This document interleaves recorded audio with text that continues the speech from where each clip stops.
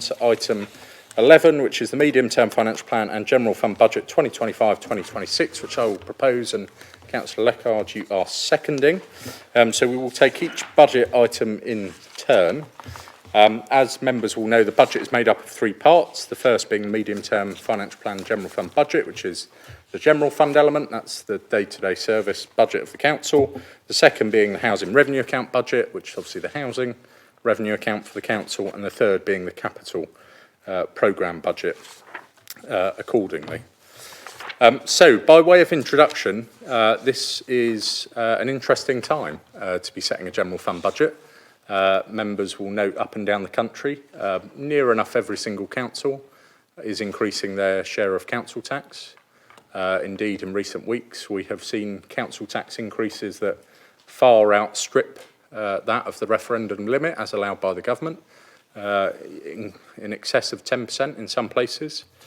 And there are enormous pressures being placed on council finances across the country, whether it's the cost of temporary accommodation, which is rising just about everywhere significantly, the national insurance increase, which I'm sure we will cover, or a number of other things that are impacting council finances at the moment. It's fair to say across the board it is a challenging time for councils. And it's in that spirit that I think we should consider the medium-term financial plan and general fund budget. And just for the sake of either new members or members of the public, the general fund budget is our budget for the next financial year. The medium-term financial plan shows that budget over the following 3 years to demonstrate the direction of travel for us. So I'm just briefly going to talk through how that budget has come to be, then talk through some of the headlines, and then I'm sure there will be a number of questions. So when we set our medium-term financial plan last year compared to this year, there was a significant pressure already identified, somewhere in the region of about 2.9 million. However, when we set that budget, that medium-term financial plan last year, there were a large number of assumptions that have had to be either upgraded or downgraded as we set this budget, the biggest of all being the change in national insurance contributions. So to put that into perspective, this year, Harlow Council will be paying £1 million more in one form or another in national insurance contributions than it had scheduled to pay. Next year, it's forecast to be about 1.2 million more than we'd scheduled to pay. The following year, about 1.4 million more than we'd scheduled to pay. And that is obviously a significant pressure that was not foreseen. And as has been well reported, councils were informed that they would be fully reimbursed for that cost. The fact is simply that we will not. And the final settlement actually gave us less than 20% of that cost, and therefore the rest of that is having to be absorbed by the council. And that 20%, well, it's about 19.8%, will only be covered for this financial year and not for future financial years. That is a significant extra pressure being put on the council. There is some good news. Energy inflation is significantly lower than was predicted, so there is a significant saving on gas and electricity. And, of course, a number of other factors that have brought us to that position, which meant that in November, as we were working through setting the general fund budget, it led us to a gap between what we were projecting to spend and our income of over £5 million. That was compounded further in December when the provisional settlement of government core funding was announced. And it is a factual statement to say that the core funding we are receiving from the government this year is 25% less than it was last year. That is the single biggest cut in 1 year there has been to council funding, as far as I can find, certainly throughout the austerity years. That's a significant cut to our core funding from the government. Again, it is a factual statement to say that is because we are not putting up our council tax. And you can take a different view on whether that's the right thing to do or not. The reason our government funding is being cut by 25% is because we have taken the decision not to increase our council tax. And that is a true statement because the way the government funding formula has worked has changed from the way it has previously, where previously they determined your core funding prior to a council tax increase. This year they have determined it with a full council tax increase, and therefore with the increase in national insurance contributions, with the significant cut in core funding to the council and all of a number of other pressures that are contained within the reports, that has certainly left the council in a challenging position in terms of setting its general fund budget. And like I say, that's why a number of councils up and down the country are cutting services more than they have in previous years to deal with that. On top of that, again, as the report sets out, there are a number of other pressures that have come from service bases, all sorts of things that have been built into this budget. However, we have risen to that challenge as a council, and I think, again, put the politics aside, all members should absolutely commend what the council is proposing tonight and what the Cabinet is proposing tonight.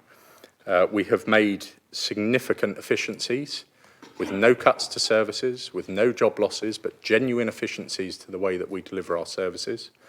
And that means that we have driven out what I would determine to be waste within our budgets, realigned budgets to what is actually required to deliver the service in a way that the council has not for a very, very long time. And that means we have saved a significant amount of money. The council next year will be significantly more efficient than it was last year as a result of the work that has taken place. There has also been a significant drive to increase the amount of income that the council receives above and beyond things like the Harvey Centre, which, as all members will know, has significantly helped the council financially. So there is also a significant increase in the amount of income the council is set to receive without any punitive fees and charges changes. We have made very minimal changes to our fees and charges, pretty much frozen all of them. And there is a very limited use of service-specific reserves to fund specific service-based items accordingly.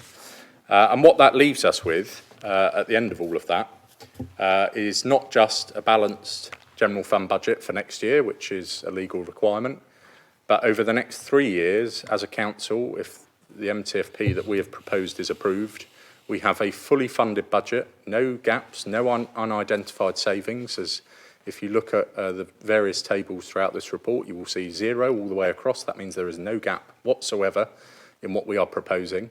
But more importantly, you will see we are proposing not just to freeze council tax again this year, which will be a record 4th year in a row. That's never happened in Harlow before.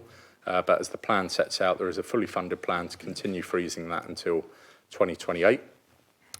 But I think crucially, what members will see is that, and we will come to this as well throughout our the following papers, is all of the missions, all of the priorities, all of the pledges this council has made are fully funded.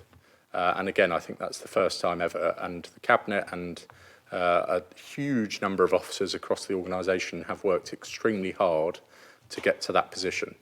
So in short, that means we are proposing to freeze council tax again. We are proposing to fully fund every promise and pledge we have made. As you will see again later on the report, in a later report, performance is improving in various areas of the council. We have done that against a horrendous backdrop of increased pressures and costs, a significant cut in our core funding. But like I say, I think all members, putting politics aside, should be proud of the fact this council is proposing to charge residents exactly the same amount they did in 2021 for, I might say, a heck of a lot more than we did back then. And like I say, I think all members should commend the council for that. I think the reports, I may just note, are far easier to digest and read than they have been in previous years. They are now penetrable rather than impenetrable, and very clearly set out the position of our general fund and medium-term financial plan over the coming years. So with that, I shall open up to any questions and comments accordingly. Councillor Gunn. Thank you, Chair, and I will start by commending the budget, as you've invited us all to do. I note that under the key assumptions and pressures, it appears that pressure on national insurance is rising, and it appears that we haven't had the support from the government to cover that was anticipated. Would you agree with me that there is a risk in disincentivising local authorities from hiring the staff they need to deliver services for residents? And can you assure me that we won't be falling into that trap in Harlow Council as a result of these policies from Westminster? Yeah, indeed. I think, it doesn't take a genius to work out this is significant pressure on all councils, particularly county councils, where they deal with an awful lot of private organisations, things like social care and so on and so forth. We are fortunate not to be from a financial position yet, to be in that position. Who knows what the future will bring. So yes, absolutely. The fact is we have an extra £1 million this year that we need to absorb. That is a compound effect. Year on year, that cost increases that we need to absorb. But fortunately, thanks to the decisions we've taken in recent years, thanks to the efficiency we're driving, we are able to fully absorb that cost without cutting jobs. There are a number of councils that are already reporting they are having to cut costs as a result of the national insurance increase. We're not in that position. We don't intend to be in that position for years to come, but it is also, of course, as I've set out, a significant challenge for us. Yeah, we'll come to Councillor Leppard then. Thank you. On Councillor Gunn's point, it is reported here that we're actually recruiting additional staff, including 2 in the housing department and also a new apprentice. So, but the point you make is good. Just as in the wider economy, this national insurance is a disincentive to hiring people. It will affect local governments. Fortunately, it's not affecting us at the moment. Quite a few questions, if you... Can I just talk about the homelessness prevention grant, first of all? Council received, in total from government, not the homeless prevention, £1.2 million of funding this year, made up of the new homes bonus, floor grant, recovery grant and service grant. Can the leader tell me why the £1 million received from government to tackle homelessness isn't included in those figures as well? Yep, because that doesn't constitute core funding. That constitutes a grant. So by that maths, if you wish to take all the grants we've received in recent years, compared to this year, our funding would have been cut by about 1,500%. 150%, 15,000%, something like that.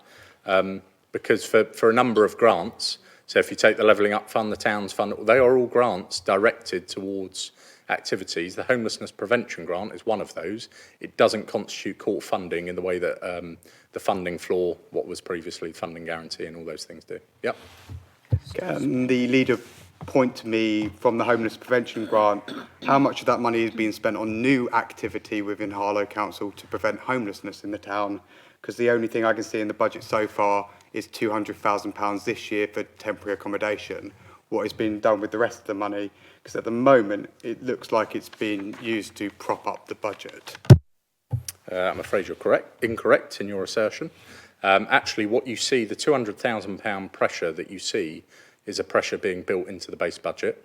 It's not something that's being funded directly from a grant in that nature. Actually, what the grant will do in practice, and I may invite others to comment, will largely actually go into the homelessness, the relevant reserve that is helping to fund staff that are preventing homelessness across the town. Yeah. Dan, it's Councillor Sword, so can I bring you to page 50 of the report?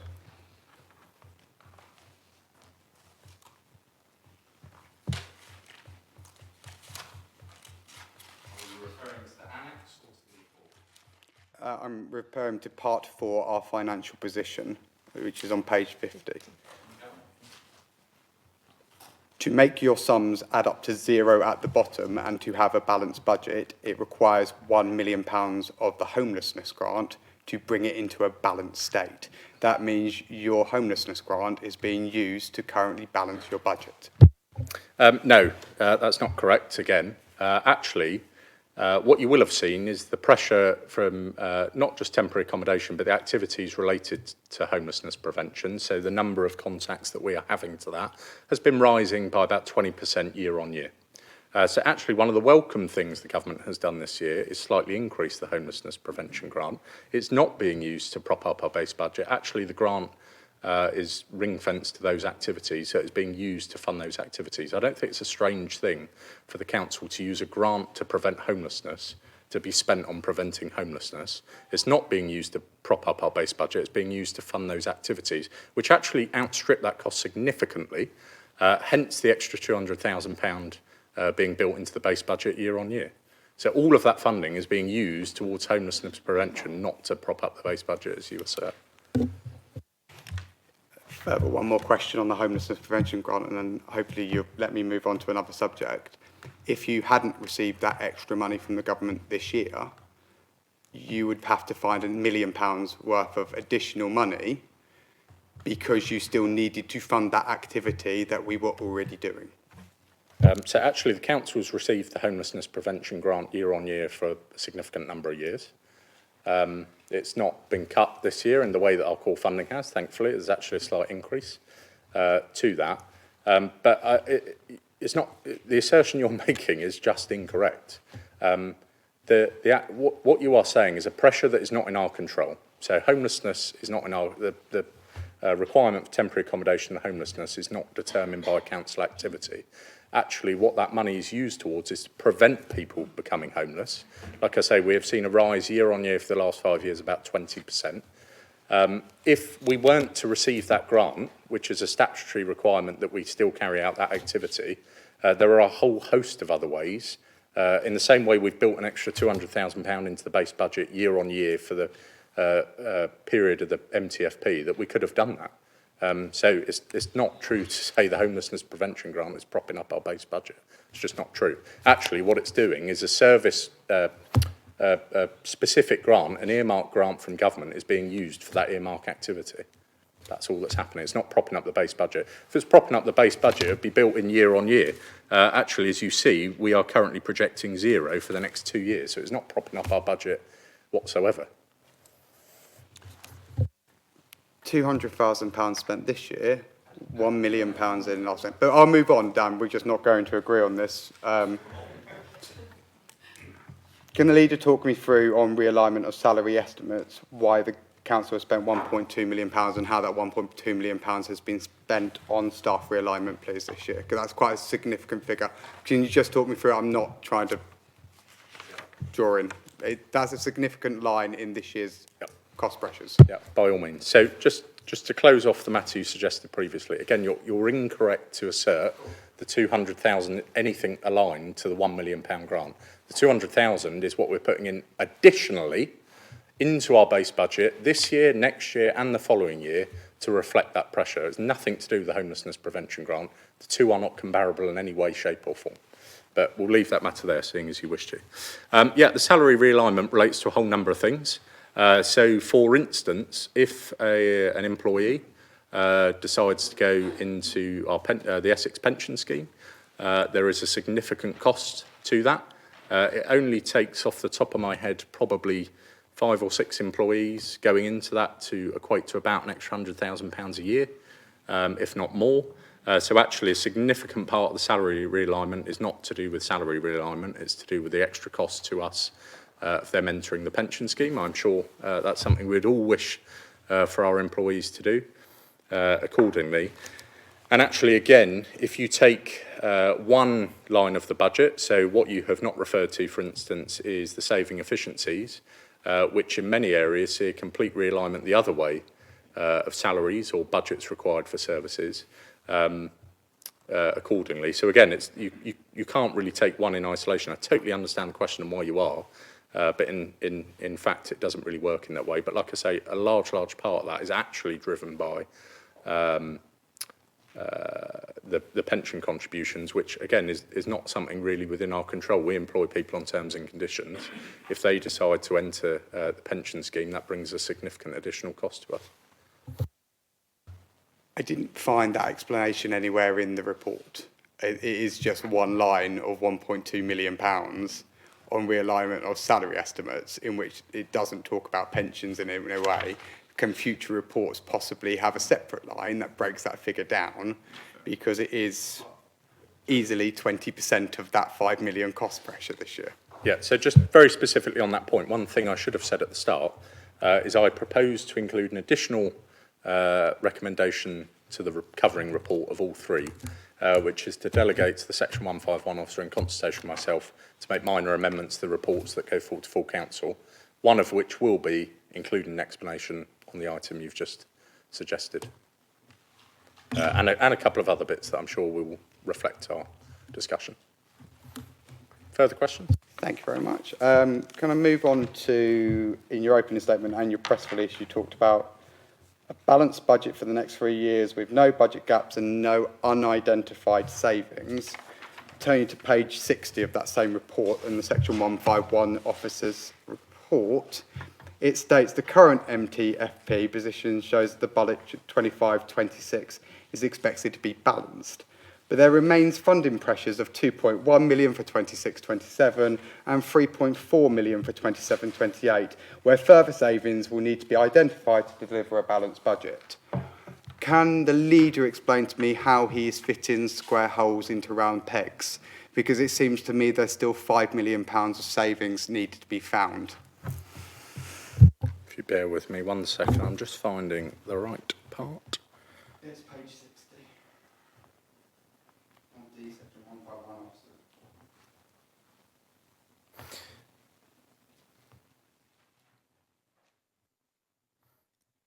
Yeah, so actually, again, it is something that can be updated in terms of its wording to reflect that. So there are two different figures referenced that actually relate to other planned uses. So the figure on page 60 actually relates to the drawdown from the budget stabilisation reserve. So we can set a balanced budget for the next 3 years without identifying any further savings. That's why the line says 0 all the way across. But what we have currently projected in order to do that is that there are service-specific reserves that are used to fund service-specific activities. You can take a decision as to whether that's the right thing to do year on year and continue to do. But what the statement I've made, that there are no unidentified savings, is a true one. And the fact that we have a line that says 0 all the way across is true also. The figures you are referencing are in that 3-year period, the drawdown from the budget stabilisation reserve, which make that.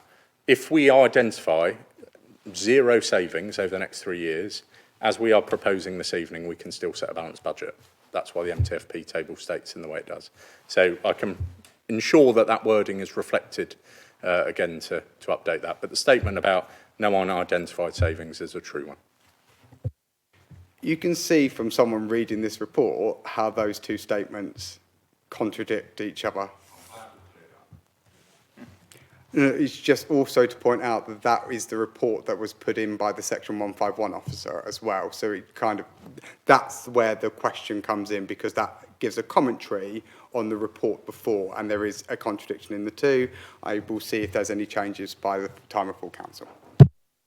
There will be. Yeah, Jackie? Apologies, that is an error on my part. The wording should have be amended. Lovely, thank you. Freezing nearly all council fees and charges. Could the leader of the council tell me how much, in a percentage rise, a 45-minute school visit to Pets Corner will be this year? Not off the top of my head. I shall refer to the I can carry on if you want. Yeah, by all means. It's 4.3%. Yep. How about if I wanted a memorial tree for a loved one in the town park? How much does that rise? Again, I get your line of questioning without you running through line by line. So what you are referring to is the fact that there are thousands of fees and charges the council sets. I'm sure you have been through them all. There are thousands of fees and charges the council sets. Nearly all of them are those that are of discretionary nature are remaining frozen. So the things that thousands of residents benefit from each and every day, free car parking periods in our neighbourhoods, not increasing the cost thereafter, all sorts of things. Where there is an additional cost to delivering that service, there are decisions that make a small but proportionate. I note you mentioned the percentage figure, not the cash term. I can't imagine why you would do that, but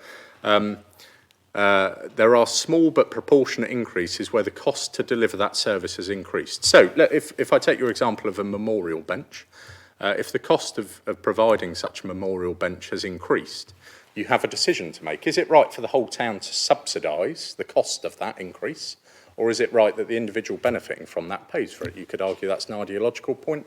I don't think it is. I think where there's a small increase delivering such a very individual service that benefits an individual, then that small increase in the cost is borne by them. Otherwise, if that hadn't been done, the council would be subsidising nearly the whole cost compared to 20 years ago. So there are small but proportionate increases in some areas. But again, it is a perfectly true statement to say that nearly all of our thousands of fees and charges, where they are set by us and not by statute, are remaining frozen. Councillor Shepherd. Thank you very much.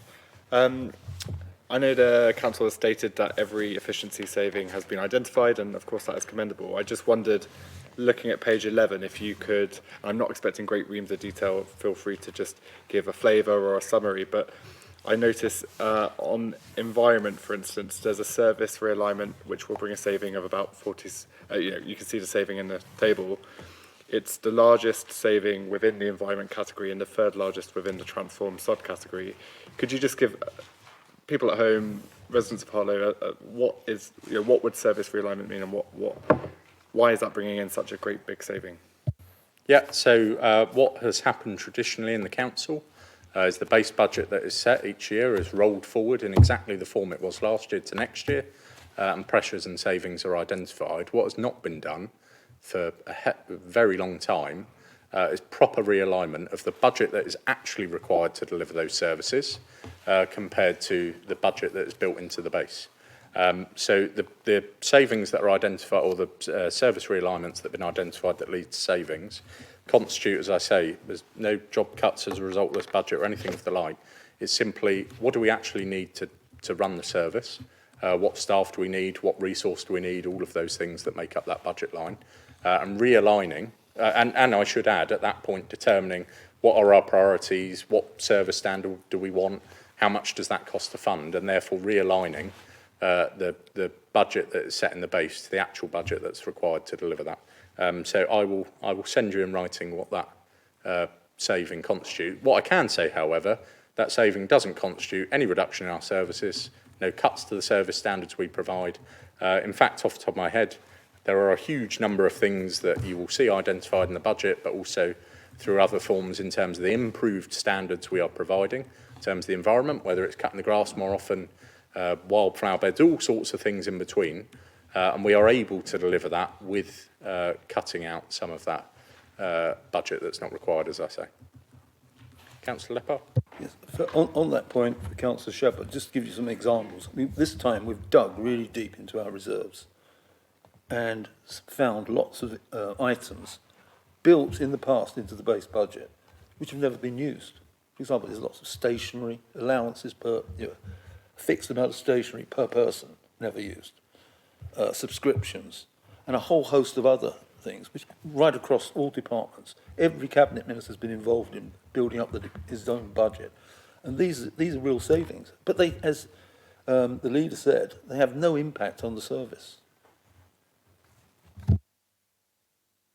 Just one further question. Obviously, if I look at, again, page 11, communities and culture, the community safety team, I'm sure we all would agree here, the community safety team work really hard and are very efficient in what they do and provide the service for the council. Could you again give a flavour, a hint, a sense of what tangible things could you cut or reduce efficiencies in that would result in a saving identified in the table? Isn't it already a pretty efficient, hard-working service? Sorry, which service did you refer to? Community safety running costs. Yep, Councillor Charles. Yeah, thank you, Councillor Shepherd. The Council's position for all of its corporate priorities is, as has been outlined publicly, we are maintaining investment in them and, in fact, proposing new investments. So with the community safety team, which sits under the public protection portfolio, the budget for that is staying the same. What the leader of the council has identified is where there is service realignment to be made, where they're not items that are required to carry out that function, the council is no longer pursuing them. So if you take that service realignment question on the community safety team, which you've identified, that is a role, a dog handler role, a third dog handler role that has been sitting in the budget for a number of years and is not required. Is it not a cut if, you may say it's not required, but just to be clear, did it exist and now it doesn't exist? Ergo, perhaps it's a cut. Or are you saying it was an identified thing, it was just never used, so it's gone, but It was something that, as the leader of the council said, it's something that was identified years ago. It's been sitting with a pile of items that have been sitting within the budget. There has been a full budget review, and it is a post, like a number of posts over the last number of years, that has never been required. Yeah, just to clarify again, there is no cut to any service. It's simply a budget line that's built into the base budget that's not needed. Yeah, we'll get back to you and then a few others. this is my final contribution, but wouldn't residents of Harlow perhaps want a third dog handler? You know, surely that's an opportunity missed to expand the service and enhance it. You know, it's all well and good saying a need has been identified and, a need doesn't exist, but that's rather subjective. Surely residents would want a third dog handler, if the case may be. So what you will find in the budget papers is that we've maintained the funding into the public. There's no cut in the public protection budget realised this year. The funding has stayed the same. So I don't understand your question, because we've maintained the funding and that's realised in the budget papers before you. We'll come back. Last one. Here's my last one. Just to give a bit of a bigger picture for people at home, let's take the previous budget. Let's say how many dog handlers there were then. How many dog handlers will there be at the point of this budget when it's introduced to full council? The dog handler's role has been moved to a community safety officer role, so there's no cuts. Very good. Just to come back to one of Councillor Mullard-Toll's questions about the use of the budget stabilisation reserve, and I commend his close reading of the budget, which is certainly welcome. I would draw his attention to the line within the MTFP papers that state the council continues to contribute to the budget stabilisation reserve 25-26 to the tune of £699,000. So the slight wording issue he identified earlier about future use of the budget stabilisation reserve, the budget stabilisation reserve is actually growing by nearly £700,000 this year. I think you had further questions. Oh, for the sake of variety, Councillor Morrison, and then we'll come back to you.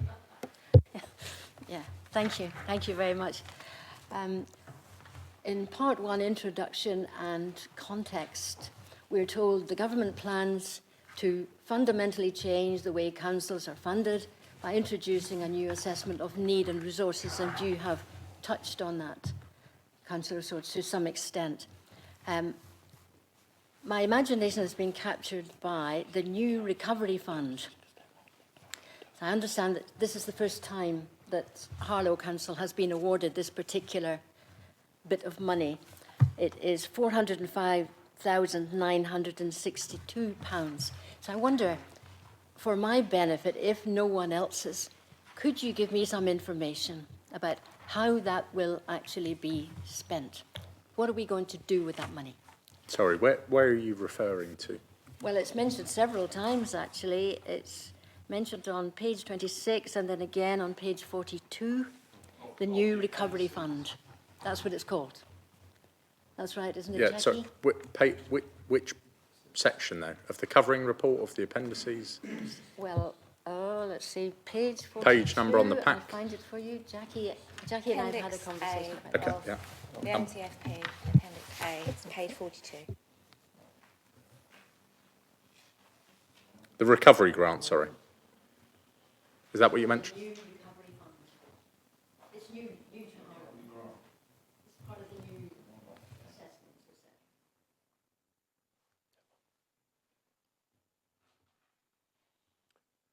Sorry, I still can't find where you're referring to.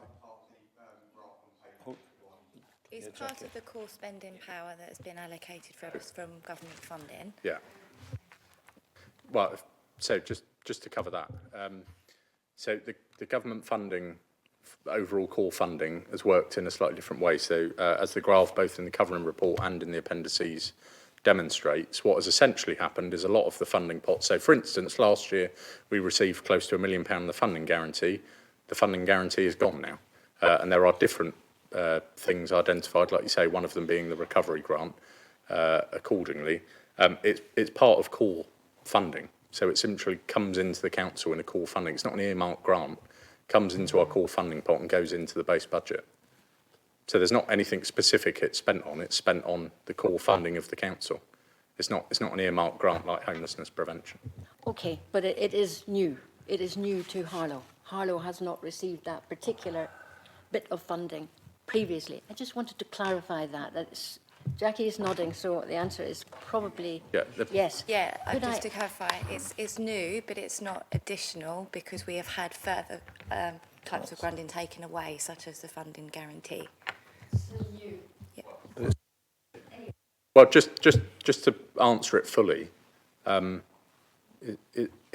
hate to say it, it's not new money. The government's core funding of councils, the core funding we have received is not increased. It's not additional money. It's simply called something else. It makes up the same core funding. It's not an earmarked grant like homelessness prevention we discussed earlier. That's an earmarked grant for a specific purpose. So if you look at the graph within the report, last year we received 25% more in government funding we're receiving this year. It's not new money. It's simply called something else, and actually it's a lot less than we received last year. So it's not new money, it's not additional money, it's simply called something different. But it's our core funding, so it's no different. It's money that wasn't called that previously. Possibly that's as straight an answer as I'm going to get. I noticed too, let me see, I think this is page 22, the comparative crime figures. And well, we know this in our comparator group. Our crime figures are the highest in the group. So how do our resourcing decisions reflect that? I'm bearing in mind that we work with partners, I hope multiple partners. So that figure is staying quite high. So it would be interesting to know if you have proposals, intentions, or if you're quite happy with the situation. No, so if I cover it in brief and then Councillor Charles can come in. So actually I can't remember, I think you said page 22, which is about, I'll certainly look at a different page, but you're referring to our comparator councils and the data set. The data set, if I'm correct, is actually from last year, not this year, that's used in the comparator sets. A lot of it is built from the census as well, which has obviously not been updated. So just in terms of your question about the council's funding essentially for community safety and for those activities, i.e. what are we doing to drive down crime, I'm sure Councillor Charles can give you an eloquent essay on what we're doing to drive down crime, but every item that has been requested within that Protect Our Communities mission, it's a mission of this council, is fully funded. And I think that adequately demonstrates our commitment to doing so, but Councillor Charles might want to. Yeah, I think you raise an important point around the context that we're currently living in around violent crime in the town. You would have seen the press releases from Essex Police and Harlow Council over the last few days. If you look at the crime statistics for the town over the last 12 months, the police will of course say to you that Harlow is presenting in terms of overall crime a reduction of about, in the last 12 months, of about, I think, about 12.5%, which is progress. But the police and the council are not complacent about the challenge. That's why, as a corporate priority, public protection is front and centre of one of those 6 missions. The council has invested in technology like the Open Gate system, which has helped detect an individual very recently who was carrying a knife. And that's demonstrable impact of the council's funding helping crime reduction. Of course, there's always more that can be done, and that is why the council has protected the budget for the community safety team within the wider umbrella of public protection, which of course encompasses environmental health standards alongside the environment portfolio holder, Councillor Nicky Pearce, and other housing standards as well. So that again, it's just to reinforce that there is no cuts, it's actually investment in these areas. And one of the priorities of the council has been over the last few months to review how we can better support community engagement from a crime prevention perspective to support the police and support our communities to combat issues like violent crime. Thank you, Councillor Charles. So just a quick technical question.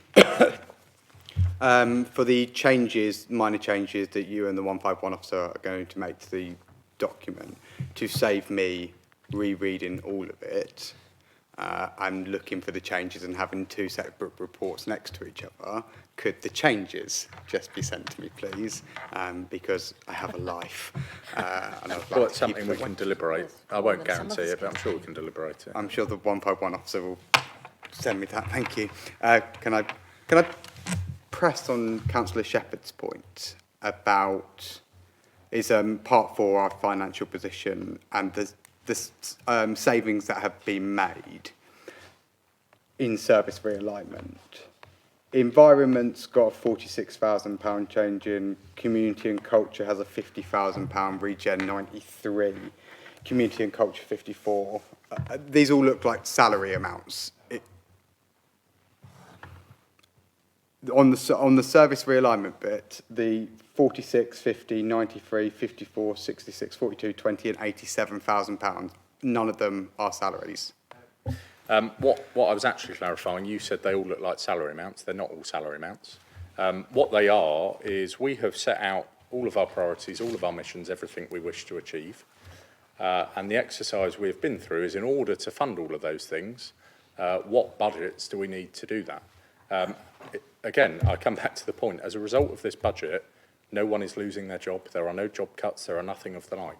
There are elements within it where there are, as Councillor Charles outlined earlier, but yeah, realignments. We are realigning the budget to something else in order to fully fund that. That's why it's absolutely a factual statement to say we are not cutting any jobs. We are not cutting any services. Actually, since you've invited the point, we're increasing our overall budget by 41%. That is a massive investment across the board from where things are. We are not cutting jobs at all, and all of those figures you referenced do not refer to just salaries. There are realignments to salary. There are realignments to staffing requirements within teams, but there are no job cuts as part of this budget, and not all of those figures you referenced do. I'm more than happy to give you a further detailed breakdown of what constitutes. Oh, I'd love it. Thank you. Yeah, fine. But on the case of the dog catcher, that is a job. Yeah, that is a job that has not been backfilled, and now that line has been deleted, and that's created a saving. No, that's not correct. Then explain it to me in ways that would make me understand, because for me that looks like a non-backfilling of a job, which has created a saving. Yes, overall investment might have been increased, but if that hadn't been removed, you would have an additional £46,000 within that team. That's not correct. As the Leader of the Council said, there has been a root and branch assessment of all of the service areas to be in line with the 6 missions. And as part of that, there have been some items which actually Councillor Leppard has flagged as well, whereby they have been flagged as potential opportunities, but not realised. So within the community safety team, for example, we have moved to community safety officers to fulfil the ambition around community engagement. So no one is losing their job. That is the focus of the community safety team going forward because of the challenges that we've got, particularly with violent crime that we're now confronting with the police and with our communities. Any further questions? Yeah, Councillor Ellis. Thanks. Got 2 questions for you, please. One was just a sort of extension follow-up on Councillor Gunn's question about the pressures that the national insurance increase will put on jobs in the council.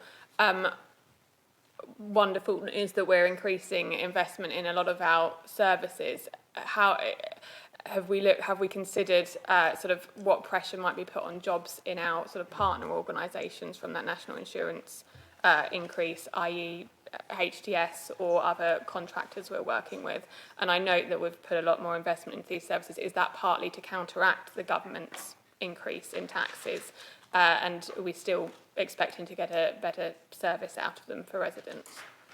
Well, I suppose the first thing to say is if the government hadn't increased tax, we could put an extra £1 million into services rather than paying tax. I think I know which residents would rather the money be spent on.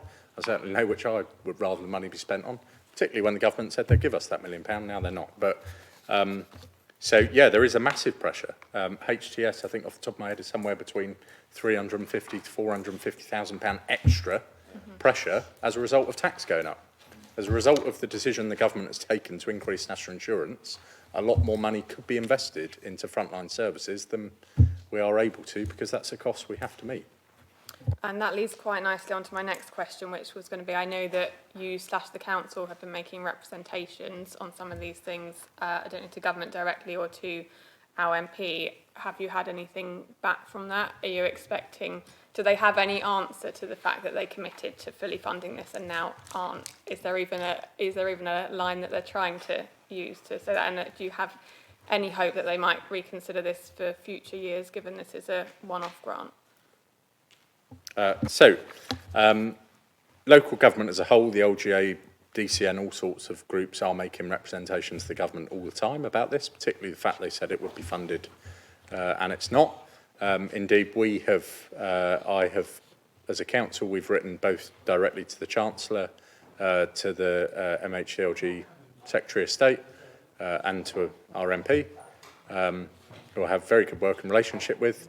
I'm yet to receive a response from any of them, although I am suitably comforted that as a result of this discussion that may aid such a response. But at the moment, there are no answers from the government as to why they said they would fully cover the cost of this and are now not. There are no answers from the government as to how they expect councils to meet the additional cost accordingly. But like I say, I have had no response to any of those representations thus far. Is it not true that this cut is greater than any that was made in the last 15, 16 years? Yeah, as I said at the start, 25% cut in a single year is the biggest cut to the council at any time during the last 15 years, which is, again, a factual statement. Councillor Mallard-Tom.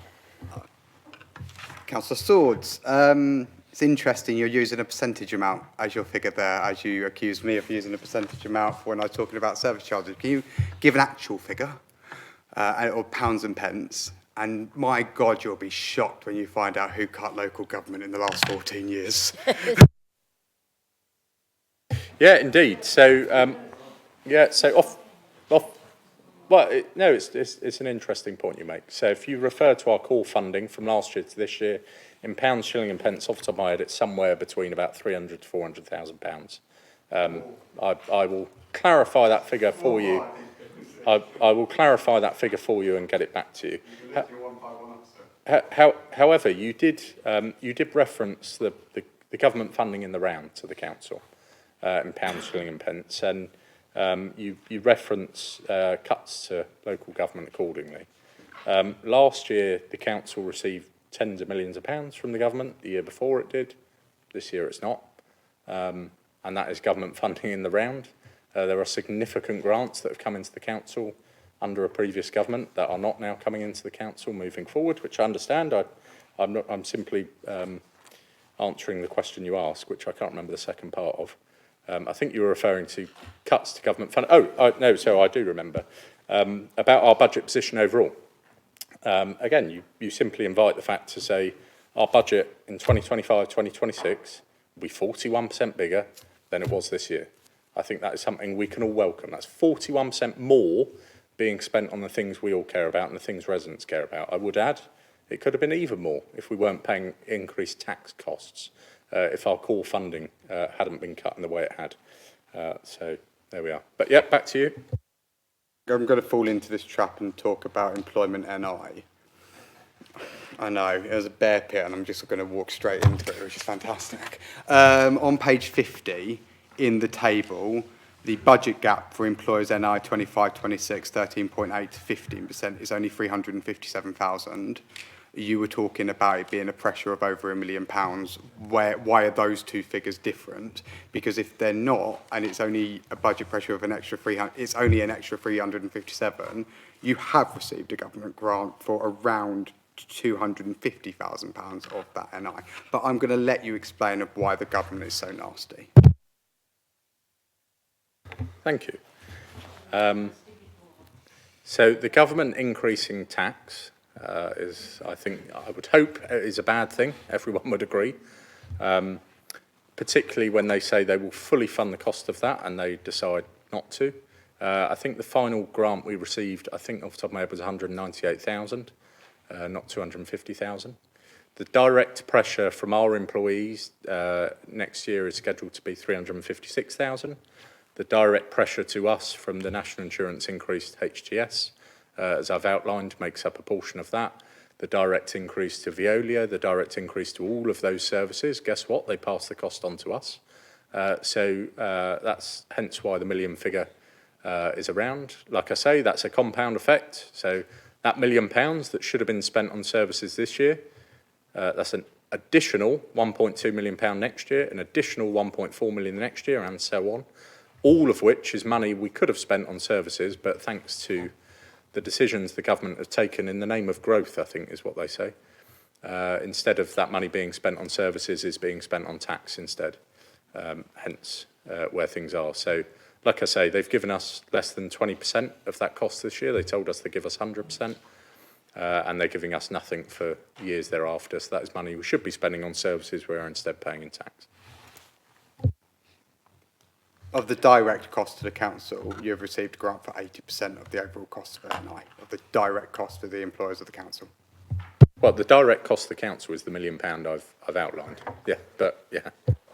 You cannot exclude HTS from that because they rely entirely on the council. Not talk. This is a separate report to HTS. HTS comes later down in the agenda, I'm pretty sure. HTS is not. And he's referring to the cost to the council. Yeah, but it's council not, bears there's no the whole line cost. there No, talking no, about yeah. the HTS. So I can't talk to anything, Councillor Leopard, that is not in the report in front of me. Well, I hate to break it to you, but the £1 million is in the report in front of you. But anyway, Councillor Shepherd. If you'll indulge me, this will be brief, but I just want to focus on that service realignment and give you an illustration of why that could actually, in many cases, service realignment will result in savings, but in this situation, I want to outline briefly, the service realignment could actually cost the council. So presumably the service realignment Councillor Charles talks about might mean that the council wouldn't be keeping its kennel licence that it would have previously had for its own in-house kennels. As a local authority, we of course have a legal duty to house and care for stray dogs. So if a member of the public were to report a stray dog, when we held a kennel licence in our own facilities at Latton Bush Centre, we could have saved money by storing and caring for that dog on a council property.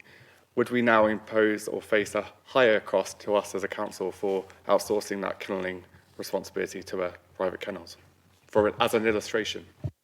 Well, the answer is no. That's not how stray dogs are dealt with in the council. But just back to the central point you're making about is it a job cut or is it not? Actually, it's quite the opposite. We are redirecting all of that investment into community safety. So it's actually a benefit to community safety. It's not a cut in jobs or whatever. We're investing more as a result of that. It's not. But anyway, Councillor Gunn. Thank you. I almost feel as if I'm going to go off topic here by talking about something slightly more big picture, but around the mission of securing investment to Harlow and to draw attention to the medium-term financial plan document. I wanted to, I suppose I'm trying to smuggle in a comment a bit under a question, to draw attention to the money coming into Harlow from the Section 106 agreement at Gilston, recently negotiated, and the report also indicates significant funding secured through the Towns Fund through Levelling Up. My question is whether he has confidence or not, based on their performance so far, that Harlow will continue to receive significant investment from the government, as we have done previously, given the many aspirations we have to deliver economic and other forms of growth in this town. Well, there's a few things. So I think, again, everyone would welcome the investment that the council has secured into the town and the benefits that will bring into a whole host of things. Obviously, there are some, changes to what was previously planned. In terms of the direct regeneration funding we've received, the indication from government is that there won't be more rounds of that coming forward. The only thing there is the repurpose. What was going to be the long-term towns plans, they're going to slightly repurpose. But other than that, there are no scheduled, we'll see what spending review brings, but there are no scheduled additional pots to that regard that we can bid for or secure in such a way.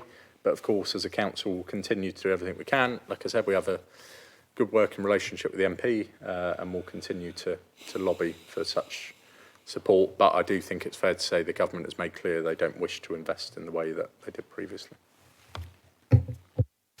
Well, if I could then ask the question, is it your assessment that local authorities like Harlow have gone from an awful lot of carrot to an awful lot of stick when it comes to the support we're getting from Westminster?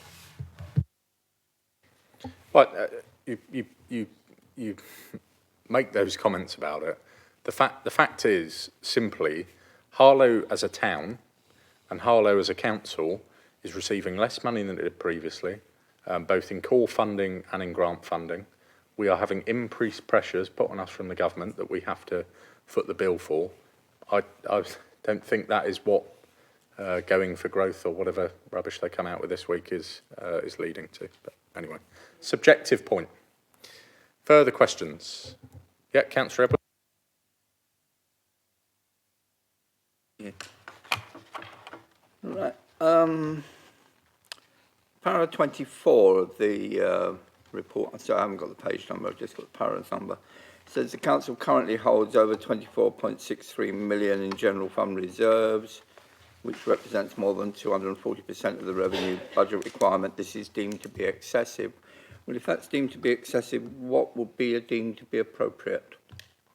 Yeah, very good question. So one of the things you will have seen that's gone to offlog, that's now been disbanded, but that's a different matter. We had to return on a quarterly basis to offlog on a whole host of things. One of the requirements they asked us to return on was about reserves and our level of general fund reserves. The medium for England was 110% of the revenue budget requirement. Ours is 240%. Obviously, what you will have seen in this budget is we have done a significant amount of work to, again, completely realign our reserves to match the missions and the requirements and the things we actually wish to fund and deliver. But obviously, as is outlined in the report, it is deemed to be excessive. But of course, it's a subjective view on what the right level is. What actually the reserves also reflect, which you'll see within the Annex A, the MTFP, is that there are mitigation reserves based on risk, likelihood of that risk coming to force, all those sort of things accordingly. And you can see from the pie chart that's just below paragraph 24, it sets out which of the reserves are capital mitigation, service or grant. We currently hold a heck of a lot of service and grant reserves that is probably a better use being spent on service-specific things as the budget proposes to do. Yeah, we'll just, Councillor Leppard may just... back to you. Let him finish. So to answer my question, what would be an appropriate amount? Because I've not been given a figure yet. Well, if you take the, like I say, it's a subjective thing. There is, for a whole host of reasons, because mitigation reserves are based on risk, and we deem that £18.7 million on mitigation reserves is prudent at the moment. That is reviewed all of the time. Service-based reserves we consider we have too much of. Grant-based reserves we consider we have too much of, and we hope to bring those down. Like I say, across England, the median average is 110%. If you translated that for us, it would be about 11 million across the board. But also we have completely different risks to a number of other councils, hence the high level of mitigation reserves. So if you're after a figure, that sort of thing doesn't exist, as you will know, having run the council for many years.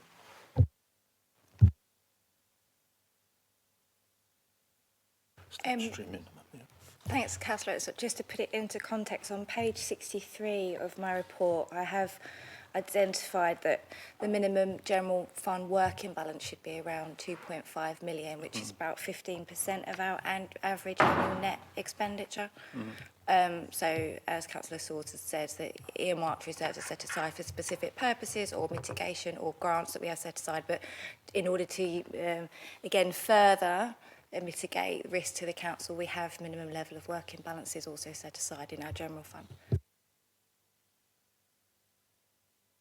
So again, I come back and say, I'm not asking for an exact figure, but I am asking for an indicative figure as to what would be an appropriate amount to have in the reserves. You're saying this is excessive, but you've not in any way yet identified what would be an appropriate level. Okay, I'll take the question. Look, I hate to break it to you. The issue may be in the line of questioning rather than the answers you're being given.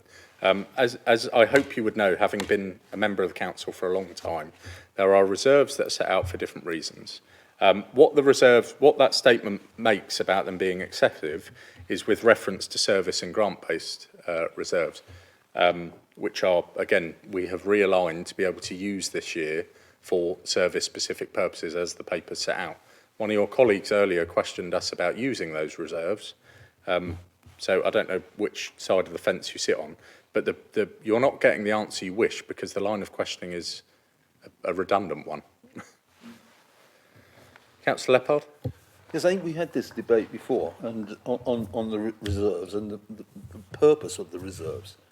And having excessive reserves, and I do believe we have, Tony, irrespective of what we agree is a prudent figure, even of our comparative standards, it means we're either not investing enough or we're taxing people too much. And obviously we're not taxing them too much now, and we haven't for the last 4 years, but it means there's scope for investment. But things happen, the wheels grind slowly in local government. And one of the things we should not forget, lose sight of, is the changes that are coming about. This might be one of our last budgets as an autonomous authority. And if we're sitting here with these reserves, and we're going to be amalgamated with other authorities, about which we know very little at the moment, we don't know what the configuration is, suddenly our reserves could, fall into the big melting pot, as it were. So I think, there is a reason to start using them.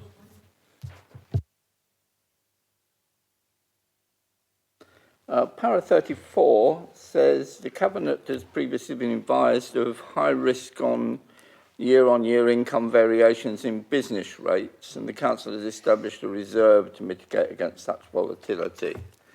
So my question is historically, what has been the range of the variation in the collection of business rates? That's something we'll give you in writing. Further questions from anyone? Yeah, Councillor Edwards. Okay. Any further questions from anyone? No, in which case I'm afraid it's back to you. Sorry, Councillor Pearce. I just wanted to ask whether or not what the increase in rents, household rents. Yeah, so that we will cover in the HRA report, the next one coming. Yeah. Councillor Edwards. Which relates to the garage 5% rent increase being included now in filling the budget gap. Is that there to fill the budget gap, or is that there to actually do some work on the garages? Because elsewhere in the report it specifically says that it's there to do work on the garages.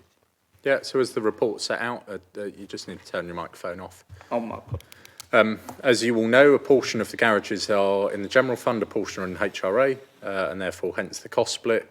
The 5% the council has actually done year on year for, I don't know how long, a very, very long time. The difference this time being, we have split garages into two programmes, as you highlight.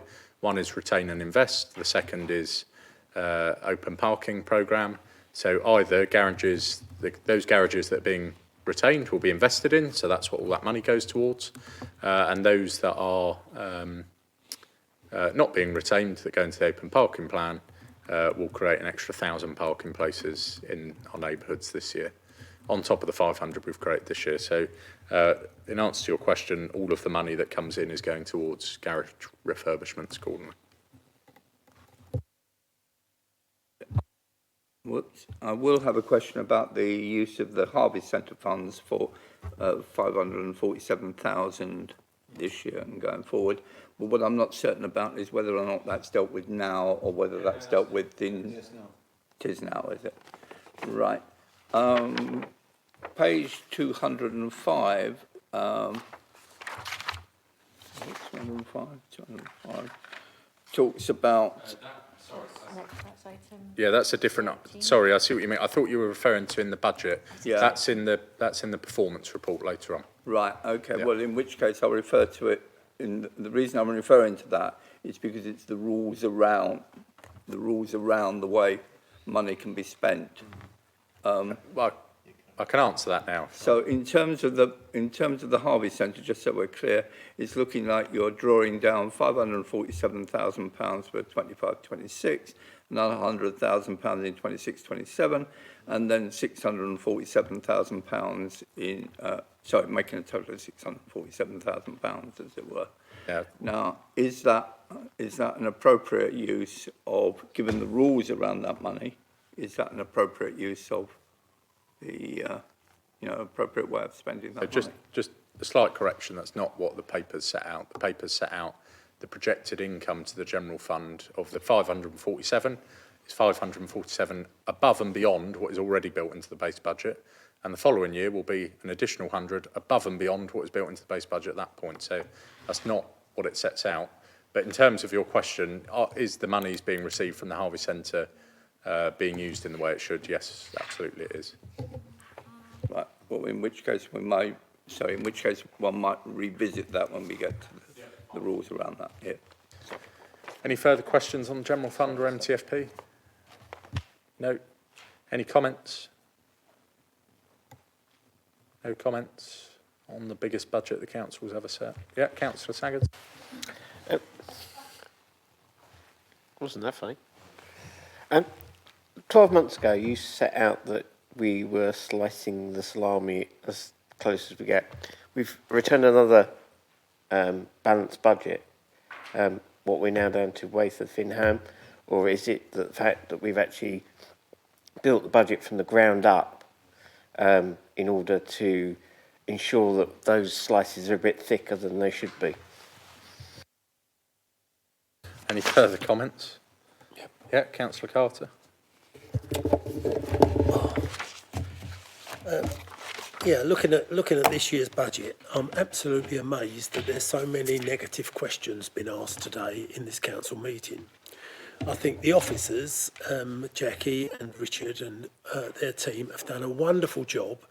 In my opinion, the first time ever that the drains have been cleared to find out what actually the council owns and what the council has in reserves and what the council has in funds. Before, it's never been done this way. So we actually have got a real picture today of how the council stands financially.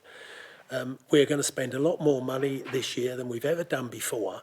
And I think the team that's actually done the work on this to get these figures that we're presented with today deserves an accolade. And secondly, everybody in this council should be pleased that we have now got a lot more money to spend on things that this town needs for the people of this town to be in a better position than they were before. Malartel, I think you wanted to make a comment.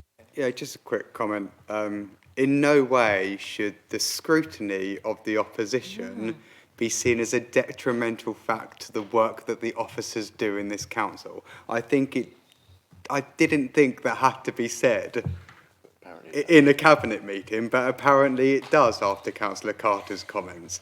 What does he want? Us to not scrutinise? That is the job of the opposition. The job of the administration is to administer. Our job is to scrutinise. Of course, our questions are going to be challenging. This isn't a love-in.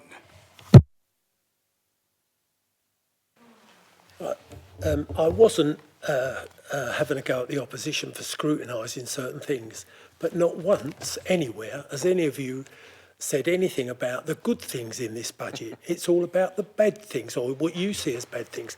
There's a hell of a lot of things in this budget that are absolutely wonderful, and I've not heard one comment from your side about any of the good things. Councillor Morrison, you have a comment on the budget? It's not a debate, it's just a comment on the budget. Just a final comment. I'm sorry that Councillor Carter is disappointed in us. However, I'm not disappointed in the officers who have spent so much time, effort, maybe sleepless nights for all I know, putting all of this together, I acknowledge and praise the level of work, commitment that have been devoted to this. So thank you very, very much. Thank you. And I'm sure that extends to all the Cabinet members who have done the same. So I'm very pleased. Thank you. Any further comments on the General Fund budget and MTFP? No. In which case, we come to summary before taking a decision. So as I said, this budget has been set against a significantly challenging backdrop. The headlines being, we are freezing council tax this year for the 4th year in a row. We are planning to continue doing that for the next 3 years. In 2028, a resident will still be paying, on average, £4.93 a week to this council, the same that they did in 2021 for all of the services we are providing. But for that, we are increasing investment this year by 41%. The council's budget this year will be 41% bigger than it was last year. I think that is something that everyone should welcome. That is an exceedingly good thing against that backdrop. And what that enables us to do is to fully fund all of our priorities, all of our pledges, and all of the things we've committed to do. The services that all of us wish to see improved, we can fully fund. The things that residents contact you about that they wish to be done, we can fully fund. This is a budget, as has been outlined, that has truly been built from the base up, that fully funds all the things we want to do without charging residents more. I think that's something we can all be extremely proud of against that backdrop of significant challenge. And I can say, hand on heart, I truly believe this budget will go a long way to changing this town and transforming this town for a generation, which is what we are all here to do, and therefore is a good one. Which brings us to the recommendations as set out on page 3 of the report, with the additional recommendation of delegation being given to the Section 151 officer in consultation myself to make some minor amendments to the reports that reflect discussions we have had before they go to full council. With that included, are the Cabinet happy to agree recommendations as set out? Agreed. Very good. Which